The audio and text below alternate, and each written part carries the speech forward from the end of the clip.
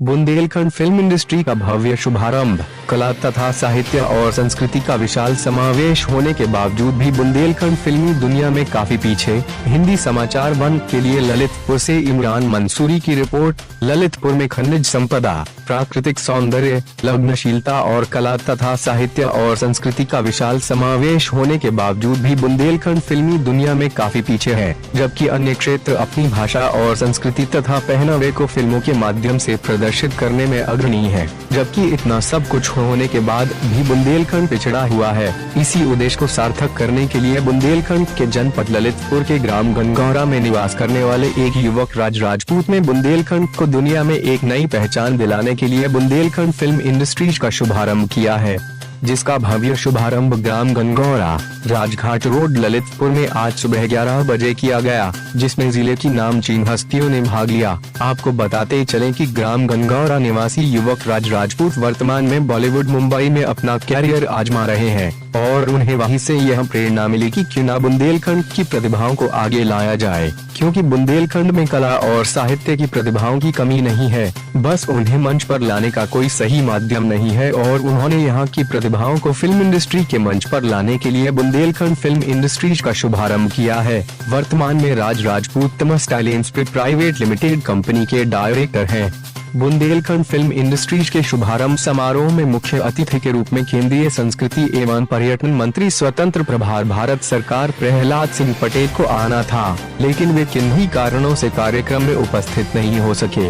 उनकी अनुपस्थिति में भी शुभारंभ समारोह भव्यता के साथ संपन्न हुआ और कार्यक्रम में जिले की जानी मानी राजनीतिक हस्तियों समेत फिल्मी दुनिया की तमाम नामचीन हस्तियों ने भी हिस्सा लिया। कार्यक्रम के दौरान बताया गया कि बुंदेलखंड में बुंदेलखंड फिल्म इंडस्ट्री की स्थापना होने के बाद यहाँ की प्रतिभाओं को अपना टैलेंट दिखाने के लिए भटकना नहीं पड़ेगा, बल्कि इस बैनर के माध्यम से यहाँ की प्रतिभाएं स्वयं को बॉलीवुड जैसी फिल्मी दुनिया में पहचान दिला सकती हैं।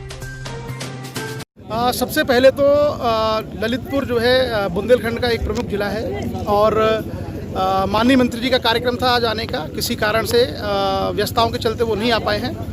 तो मेरा ये कहना है कि यहाँ की जो कल्चर है, यहाँ की जो संस्कृति है बहुत यूनिक है और इस पूरे देश में अलग अलग संस्कृतियों को फिल्मों के माध्यम से दिखाया जा रहा है। तो बुंदेलखंड का सौभाग्य होगा कि यहाँ पर भी अगर बुंदेलखंडी संस्कृति के आधार पर फिल्म उद्योग स्थापित होगा तो न सिर्फ इस क्षेत्र का आर्थिक विकास होगा, बल्कि हम अपनी कल्चर को, खान पान को, पहनावे को और बहुत सारी जो चीज़ें हैं वो दिखा पाएंगे।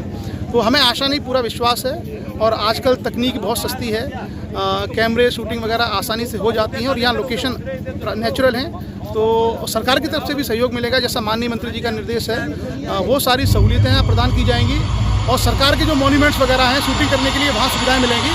तो मुझे लगता है बड़ा आसान होगा और इसका भविष्य उज्जवल होगा। बस बुंदेलखंड के कलाकारों को और यहाँ के जो सक्षम लोग हैं उन्हें जुड़ना होगा एक दूसरे के साथ में। सरकार की तरफ से पूरा सहयोग रहेगा। बाकी जो उद्योग जगत है, खास करके फिल्म उद्योग, उससे अगर ये लोग कनेक्ट अपना कर पाएंगे तो बड़े आसानी से काम। तो ललितपुर वाले कुछ उम्मीद माने क्या?